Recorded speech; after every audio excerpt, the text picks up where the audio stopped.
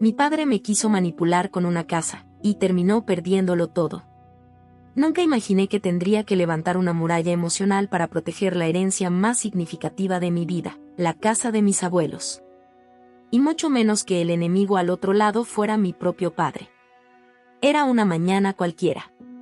Tenía mi café aún humeante entre las manos, la ciudad respirando lento al otro lado de la ventana, y esa quietud reconfortante que se instala cuando todo parece en calma. Pero bastó un nombre en la pantalla de mi teléfono para que esa paz se evaporara. Mi padre. No llama para saber cómo estoy. Nunca lo hizo. Él llama por interés, por conveniencia. Siempre con algo entre manos. Siempre esperando que yo resuelva lo que él no quiere enfrentar. Contesté, quizás por inercia, quizás por curiosidad. No esperaba bondad de su parte. Pero ni siquiera tuve oportunidad de preguntar cómo estaba. Fue directo al grano, como si ya hubiésemos tenido esta conversación antes y yo simplemente no hubiera prestado atención. Risa necesita un lugar, dijo con ese tono autoritario disfrazado de razonamiento. Y como tu vida está bien acomodada, pensé que sería justo que la recibieras. Risa. Mi hermanastra de 29 años. La eterna víctima de sus propias decisiones. Supuestamente atravesaba un mal momento, aunque nunca aclaró qué tipo de crisis era. Lo que sí dejó claro era que no había fecha de salida. Solo un mientras se recupera. Esas palabras sin forma que significan hasta que te canses o estalles. Le pregunté, con la calma de quien ya sabe la respuesta, ¿por qué yo? ¿Por qué, de entre todos los familiares, yo debía abrir las puertas de mi casa, mi hogar, mi refugio, a una mujer con la que apenas cruzaba palabras? Él y su esposa, su nueva esposa, no mi madre, tenían planes. Planes de retiro, de viajar, de vivir sin cargas. Y yo, por tener un techo estable y una vida sin caos, debía ser la red de seguridad que ellos ya no querían ofrecerle a su hija. Ya te crié, me dijo. Ahora te toca devolver el favor. Dejé mi café sobre la mesa.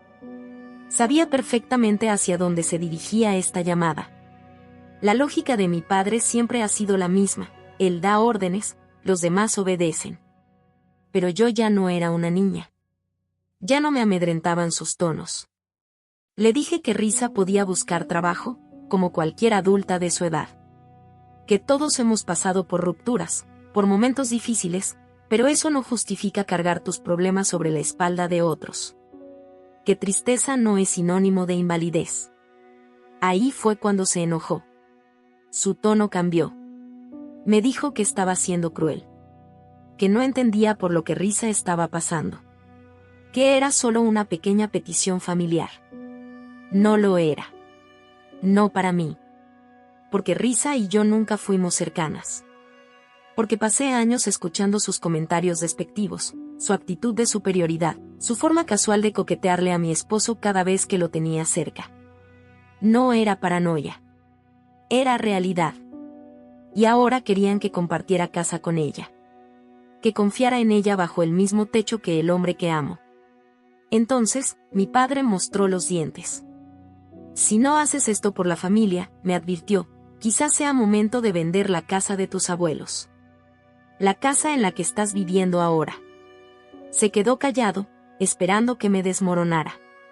Pero lo que él no sabía era que esa casa ya no era suya. Nunca lo fue. Mis abuelos la dejaron para mí. Lo hicieron a propósito.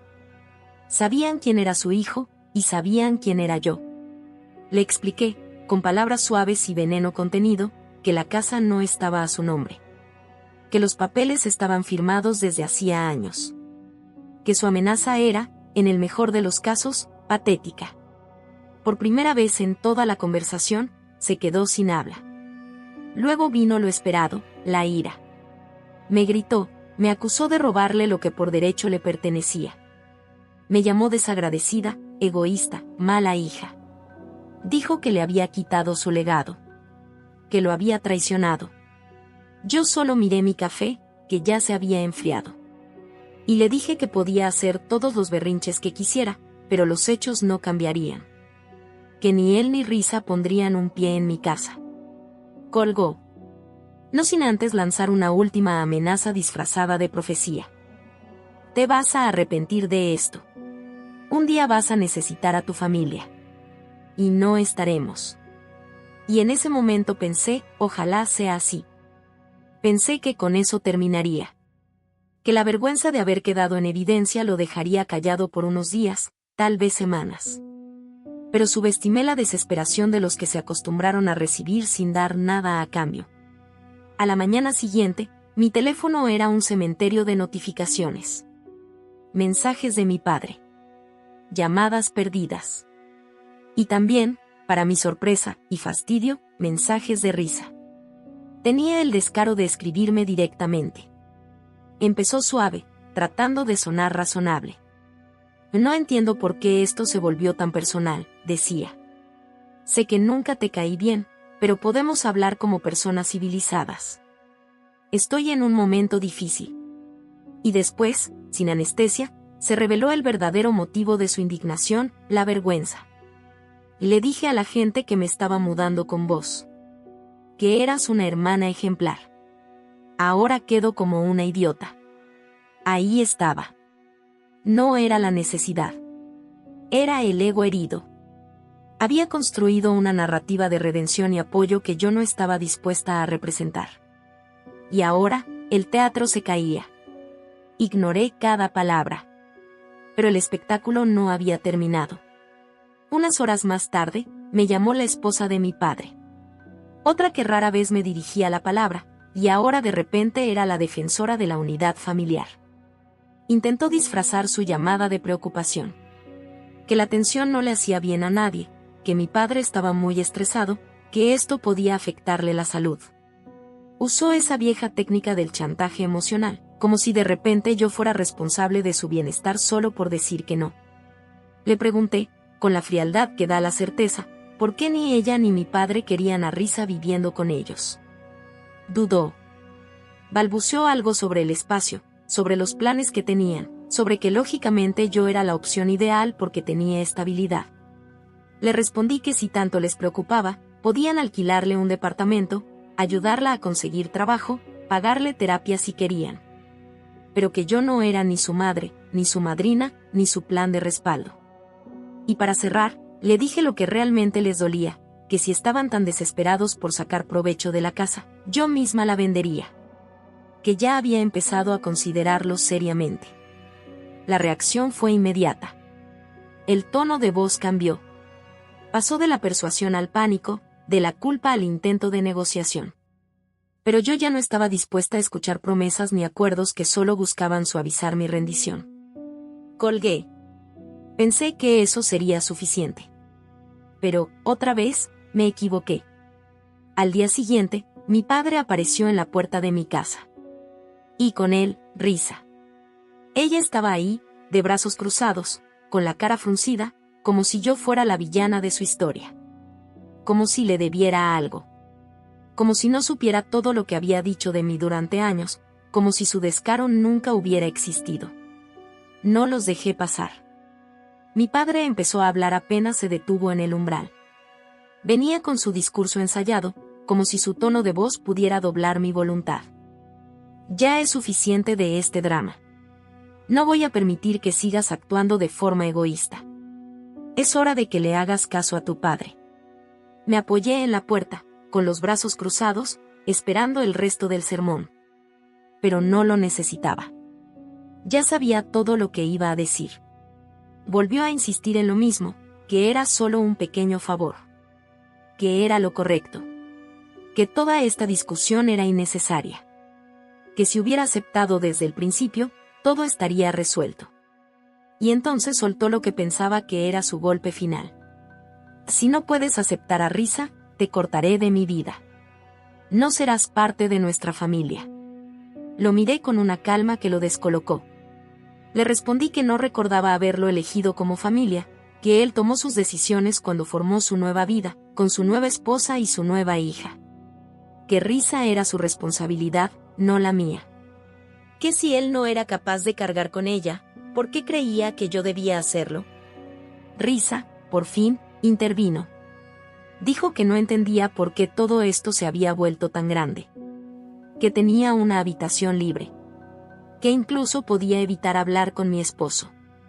Como si eso fuera generosidad y no descaro. Le pregunté cuánto tiempo pensaba quedarse. Dijo, hasta que me arregle.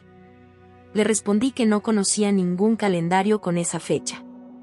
Ella insistía con que esta vez sería diferente. Que solo necesitaba un empujón. Que no era justo que la juzgara por el pasado. Pero el pasado no se borra solo porque uno decide ignorarlo. Le recordé cada vez que vivió gratis, cada vez que no aportó nada, cada vez que me miró con desprecio mientras esperaba que yo la salvara. Le pregunté por qué ahora debía creer que sería distinto. Y cuando no supo qué responder, le dije que ni siquiera el por favor que estaba a punto de pronunciar cambiaría nada. Que ya había perdido el privilegio de mi confianza hacía mucho tiempo. Mi padre volvió a intervenir, nervioso, intentando que no se hundiera más. Pero era tarde. Y ahí, frente a mi puerta cerrada, supe que el capítulo aún no estaba terminado, pero yo ya no era parte del libro. Esa misma tarde, después de que cerré la puerta en sus caras, sentí algo que no había sentido en años: alivio. No fue euforia, no fue alegría. Fue ese suspiro profundo de quien se quita una carga, una muy vieja, una que venía heredada por sangre pero nunca por amor. Pero claro, las personas con derecho no se rinden tan fácil. Menos aún cuando sienten que el mundo les debe algo por el simple hecho de existir. 2 semanas después, recibí una llamada de un número desconocido. Era una mujer con voz amable, pero con una preocupación en el tono que me hizo fruncir el ceño. Hola, hablo con la dueña de la casa de la calle. Sí, ¿quién habla? Soy agente inmobiliaria.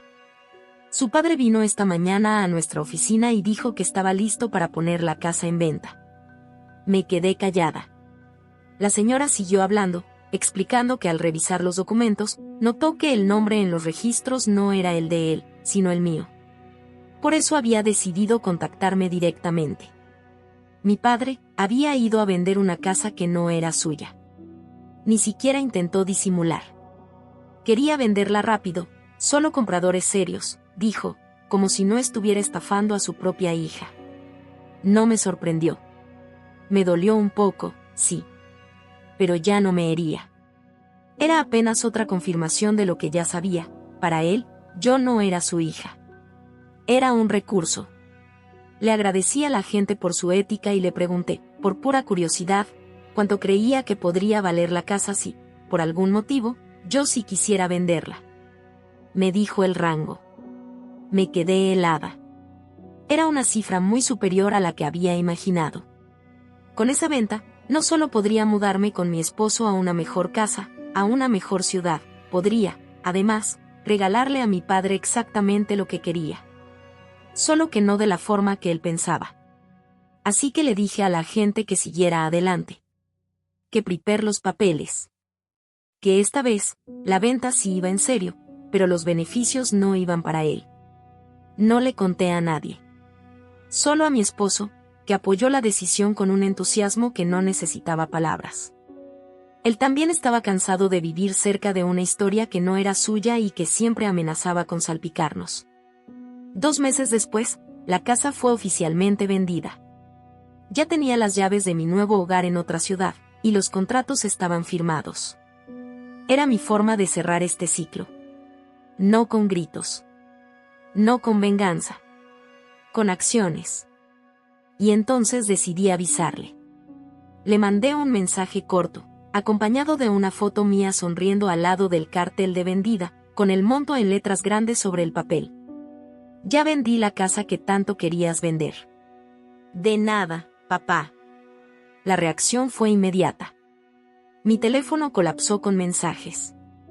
Primero él. Luego Risa. Después su esposa. Todos indignados. Todos suplicando y amenazando al mismo tiempo.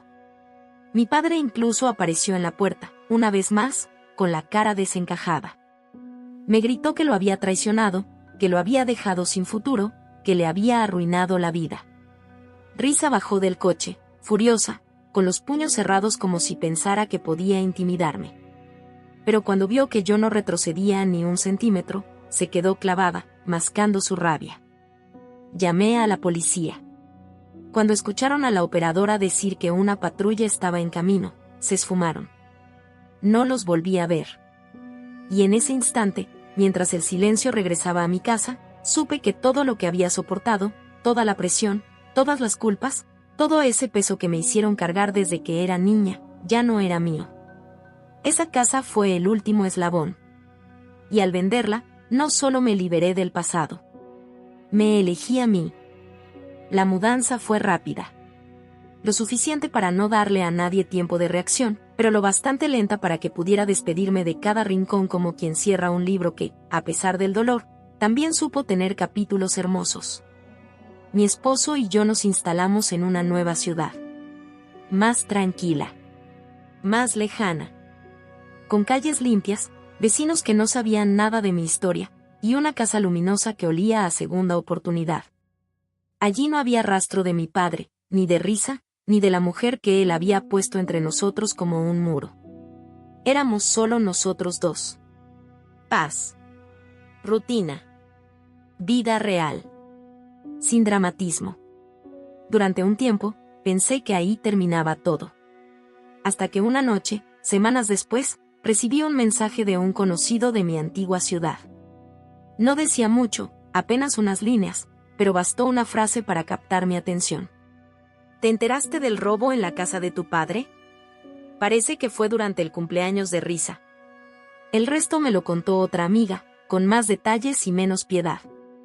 Risa, en su eterna adultez adolescente, había organizado una fiesta mientras mis padres estaban de viaje. Una celebración desmedida, con más invitados de los que la casa podía soportar, muchos de los cuales ni siquiera conocía bien.